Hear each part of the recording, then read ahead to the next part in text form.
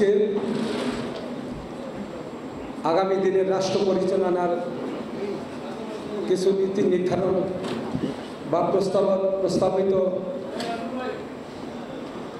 31 দফা দাবি আমাদের দলের থেকে আমাদের রাষ্ট্রচিন্তাবিদ,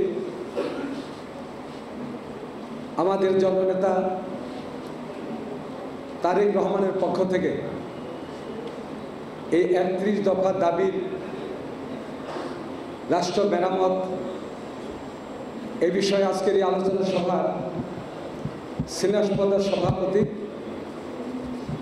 আমাদের ফখরুল আলম, আমি ফখরুল আলমকে ধন্যবাদ জানাই। অতি অল্প সময়ে অর্থাৎ এই সংগঠনটাকে একটি জাতীয় পর্যায়ে রূপরেখা দিতে পেরেছিলেন, যে আমাদের দলের আজকে 46তম বছর চলছে, তার মধ্যে এই 9 বছর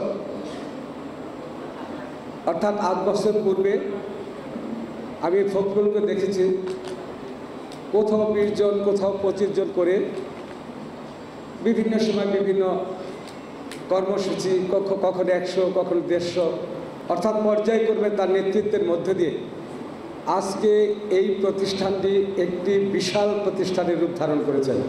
এই জন্য আমি ফখরুলকে এবং আপনাদেরকে ধন্যবাদ জানাই যে আপনারা জাতির নেতৃত্ব দেওয়ার জন্য, জাতিকে প্রতিষ্ঠিত করার জন্য, দেশ উন্নয়নের লক্ষ্যে আপনারা ঐক্যবদ্ধ হয়ে এই দলটি জাতির মুখপাত্র হিসাবে আমাদের ভারপ্রাপ্ত চেয়ারম্যানের আরেকটি অঙ্গ হিসাবে আপনারা দাঁড়িয়েছেন।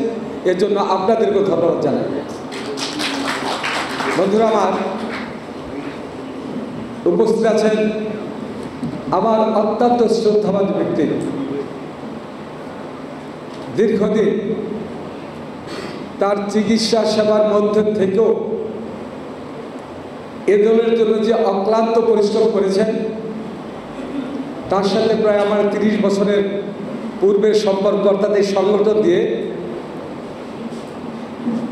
আমার নেত্রী যখন বিরোধী দলের নেত্রী ছিলেন 86-96 পূর্বে, তখন তার সাথে আমার সাক্ষাৎ হয় বিরোধী দলের নেত্রীর বাসায়, অর্থাৎ চট্টগ্রামে। আমরা একটা লং মার্চ অথবা একটা প্রোগ্রামে আমরা যাব, এবং সেই দিন থেকে যে ধারাবাহিকতাভাবে এই দলে বিভিন্ন নেতৃত্ব নিয়ে আজকে এই জাতীয়তাবাদী দলের অভিভাবক তুল্য নেতা অবস্থানে আছেন, এবং জাতীয়তাবাদী দলের স্থায়ী কমিটির অন্যতম সদস্য ডাক্তার জাহিদ ভাইকে ধন্যবাদ জানাই। কারণ তিনি ডাক্তারি পেশার মধ্যে থেকেও এই দলের মধ্যে অংশগ্রহণ করে পাশাপাশি একটি বৃহত্তর একটি পেশাজীবী সংগঠন গঠন করেছিলেন, যে সংগঠনের মধ্য দিয়ে এই স্বৈরাচারী সরকার আমাদের নেতা কর্মীদের যখন গ্রেপ্তার করে জেলে পাঠিয়েছিলেন, আমরা কেউ না কেউ আত্মগোপনে ছিলাম, অথবা কেউ দেশের বাইরে ছিলাম, অথবা এই সরকারের রোষানলে পরে, অথবা সরকারের গুম হত্যার মধ্য দিয়ে কবরবাসী হয়েছিলেন। সেই সময় এই ডাক্তার জাহিদ সাহেবের নেতৃত্বে, এই পেশাদারদের নেতৃত্বে বাংলাদেশে আমরা আমাদের রাজনৈতিক নেতৃবৃন্দের যা করার উচিত দরকার ছিল, তিনি সেই সময় এই ঢাকার রাজপথে ছিলেন। এই কারণে আমি ডাক্তার জাহিদকে আমি আমার দলের পক্ষ থেকে আন্তরিক ধন্যবাদ এবং মোবারকবাদ জানাই।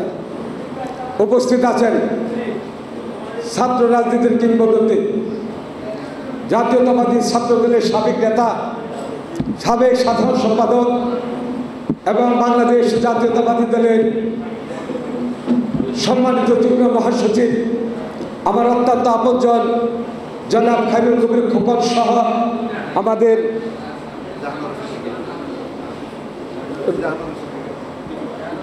পুরো নামটা কি, সঞ্চালক রুহুল আমিনকেও ধন্যবাদ জানাই। সে একজন সর্বসময় সর্বকালীন এই দল এবং আমাদের দলের পেছনে যার নিজেকে আত্মনিয়োগ করেছেন, এবং আমার আপা জাহানার আপার সহ সর্বস্তরের নেতৃবৃন্দকে ধন্যবাদ জানাই। আমি 31 31 দফা দাবির মধ্যে 2-4টা কথা বলতে চাই। এখন কিন্তু 31 দফা দাবি দেওয়ার অথবা রাষ্ট্র মেরামত করার বিষয় না,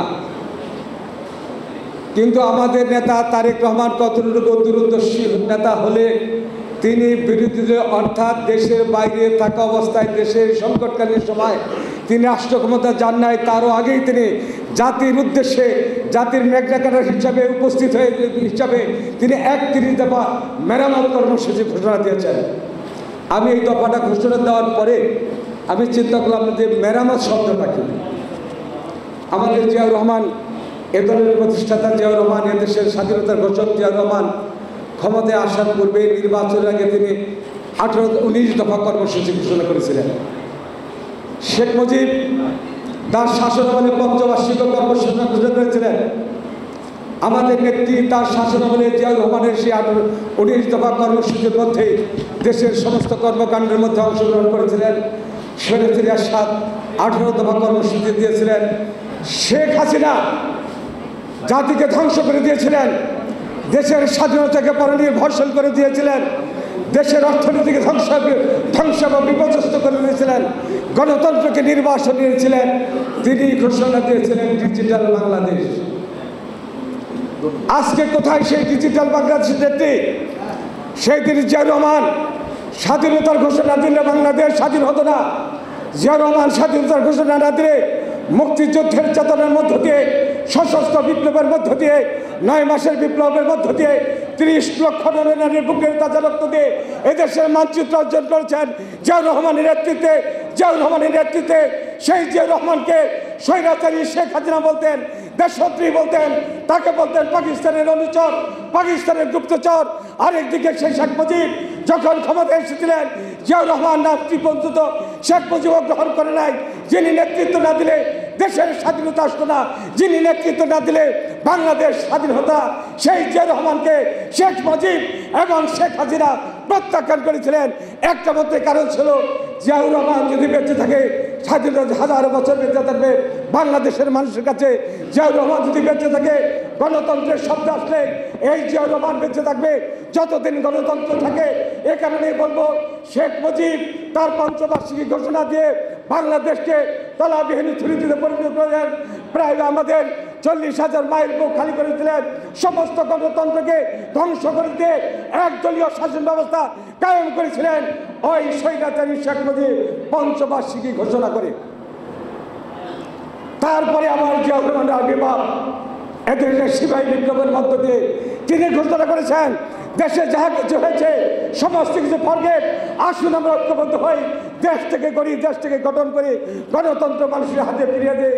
তার নেতৃত্বে বহুদলীয় গণতন্ত্র প্রতিষ্ঠা লাভ করে দিল। সমস্ত দলগুলো স্বাধীনতা অর্জন করেছিল। সমস্ত সংবাদপত্রের সাংবাদিকরা মনের মাধুরী দিয়ে সমস্ত রকম লিখতে পারতেন, বলতে পারতেন। তারপরে বেগম খালেদা জিয়া যতদিন ক্ষমতা ছিলেন, তার নেতৃত্ব গণতন্ত্র এবং গণতন্ত্রের তৃণমূল পর্যন্ত পৌঁছে দিয়েছিলেন। সাংবাদিকদের স্বাধীনতার তাদের হাতে তুলে দিয়েছিলেন। এদেশের গণমানুষের বলার অধিকার ছিল, দেশটি উন্নয়নের শীর্ষে নিয়ে গেছিলেন। কিন্তু আমরা কি দেখলাম, দেশি বিদেশি ষড়যন্ত্রের মধ্যে দিয়ে ওই স্বৈরাচারী সরকার, ওই শেখ হাসিনার সেই শেখ মুজিবের স্বৈরাচারী শেখ মুজিবের প্রেতাত্মা শেখ হাসিনা আবার ক্ষমতা এসে যে কাজটি শেখ হাসিনা করছিলেন, খুন, গোল, লুণ্ঠন এবং অত্যাচার নির্যাতন করে বাবার মতো করে শেখ হাসিনা বাংলাদেশকে ধ্বংস করে চেয়েছিলেন। এই শেখ হাসিনা বাংলাদেশ উন্নয়নের নামে ডিজিটাল বাংলাদেশ করেছিলেন। আপনার আজকে সেই বাংলাদেশকে ধ্বংসের মুখে নিয়ে বাংলাদেশকে সে পরনির্ভরশীল করা হয়েছিল, বিদেশি রাষ্ট্রের কাছে বাংলাদেশকে তুলে দিয়েছিল।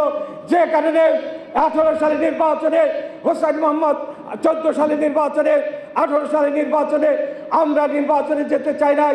হোসেন মোহাম্মদ এরশাদকে ভারতের পররাষ্ট্রমন্ত্রী আছে, তাকে নির্বাচনে যেতে বাধ্য করা হয়েছিল। তার একটি মাত্র কারণ, এই শেখ হাসিনা ক্ষমতা এসে বাংলাদেশকে ভারতের একটি অঙ্গরাজ্য পরিণত করেছিলেন। এ কারণে বেগম খালেদা জিয়া বলেছিলেন, গণতন্ত্র প্রতিষ্ঠা না হওয়া পর্যন্ত, একক তত্ত্বাবধায়ক সরকারের অধীনে নির্বাচন না হওয়া পর্যন্ত আমি বেগম খালেদা জিয়া এই স্বৈরাচারী সরকারের কোনো নির্বাচন অংশগ্রহণ করব না। যে কারণে তাকে কারাগারে যেতে হয়েছে। কারাগারে গিয়েও বেগম খালেদা জিয়া কোনো আপস ফর্মুলায় বিশ্বাস করে নাই, কারাগারকে তিনি বরণ করেছিলেন। ওই কারাগারে নিয়ে তাকে বিষ প্রয়োগ করা হয়েছে, তাকে শারীরিকভাবে যেন মৃত্যু হয়ে থাকে আমাদের নেত্রীর, সে কারণে তাকে পয়জন দেওয়া হয়েছিল। এই বিষয়ে বিস্তারিত বলতে পারবেন আমাদের নেত্রীকে শুরু থেকে যিনি সেবা দিয়ে যাচ্ছেন আমাদের ডাক্তার জাহিদ ভাই, তার মুখে বিস্তারিত শুনবেন। আজকে আমাদের এই দফা নিয়ে যদি প্রশ্ন আসে, এই বেগম খালেদা জিয়া আমাদের আমাদের শেখ হাসিনা ডিজিটাল বাংলাদেশ করতে গিয়ে আমাদের ব্যাংকগুলোকে লুটপাট করা হয়েছে, আমাদের হাজার হাজার নেতাকর্মীকে হত্যা করা হয়েছে, আমাদের প্রায় 60 লক্ষ নেতাকর্মীর বিরুদ্ধে মামলা হয়েছে, আমাদের ভারপ্রাপ্ত চেয়ারম্যানকে দেশান্তরিত করা হয়েছে। পারে নাই ওই যে রহমান পরিবারকে ধ্বংস করে দেওয়ার জন্য যেটা ছিল শেখ হাসিনার উদ্দেশ্য, বেগম খালেদা জিয়াকে জেলে নিয়েই আর জিয়া পরিবার থাকবে না। আল্লাহ রক্ষা করেছেন আমাদের তারেক রহমান ওই 13,000 মাইল থেকে ঘোষণা দিয়ে জাতিকে ঐক্যবদ্ধ করেছিলেন। ওই জাতি ঐক্যবদ্ধ হয়েছিল বলে সর্বশেষ জুলাই আগস্টের আন্দোলনের মধ্য দিয়ে এই স্বৈরাচারী শেখ হাসিনা পালিয়ে যেতে বাধ্য হয়েছে। আজকে সেই ভারতের মধ্যে থেকে অনেক রকম ষড়যন্ত্র করা হচ্ছে। আমরা ভারত সরকারকে জানিয়ে দিতে চাই, এই অপরাধীকে ফিরিয়ে দেওয়া হোক, এই গণহত্যাকারীকে ফিরিয়ে দেওয়া হোক। আজ আমরা ভারতকে দোষারোপ করব, এই মোদী সরকারকে বলবো হয়তো এই গণহত্যার সাথে ইন্ডিয়াও জড়িত। তা না হলে কেন পৃথিবীর কোনো দেশে শেখ হাসিনাকে কোথাও যাওয়ার পারমিশন অথবা কোথাও কোনো রাষ্ট্র তাকে গ্রহণ করে নাই। আজকে ভারত বলছে তাকে রাজনৈতিক নিরাপত্তা দেওয়া হয়েছে। আমরা বলবো সমস্ত কিছুই এইটা ভারতের অপরাধ। বাংলাদেশের খুনিকে আশ্রয় দিতে পারে না, এমনভাবে হাজার হাজার নেতাকর্মীকে খুন করা হয়েছে। সেই খুনিকে আশ্রয় দেওয়া মানে বাংলাদেশের অপরাধকে তারা বাংলাদেশের এই অপরাধের সাথে ভারত নিজেও জড়িত। আমি এই বক্তব্য দীর্ঘায়িত করতে চাই না। আসুন আমাদের নেতা রাষ্ট্র মেরামতের জন্য রাষ্ট্র মেরামত কি, যেখানে আমাদের সমস্ত সংস্থাগুলিকে ধ্বংস করে দেওয়া হয়েছে, আমাদের অনেক নেতাকর্মী আজকে আমাদের দেশ থেকে দেশান্তরিত হয়েছে, পালিয়ে আছে, অনেক নেতাকর্মী কবরবাসী হয়ে আছে। আসুন এই তরফ 31 দফা আগামী দিনে যে নির্বাচন আসবে, আমরা তত্ত্বাবধায়ক সরকারকে বলতে চাই আর কাল বিলম্ব নয়, আপনাদের বিরুদ্ধে অনেক ষড়যন্ত্র হচ্ছে। তত্ত্বাবধায়ক সরকারের বিরুদ্ধে বাংলাদেশে কোনো নির্বাচন হতে না পারে। তাই আমি প্রফেসর ইউনূসকে বলবো জরুরি ভিত্তিক নির্বাচন দিয়ে জনগণের মালিকের এই নির্বাচন রাষ্ট্র জনগণের হাতে জনগণের মালিকা ফিরিয়ে দিয়ে গণতন্ত্র প্রতিষ্ঠা হোক। আপনাদের সবাইকে ধন্যবাদ।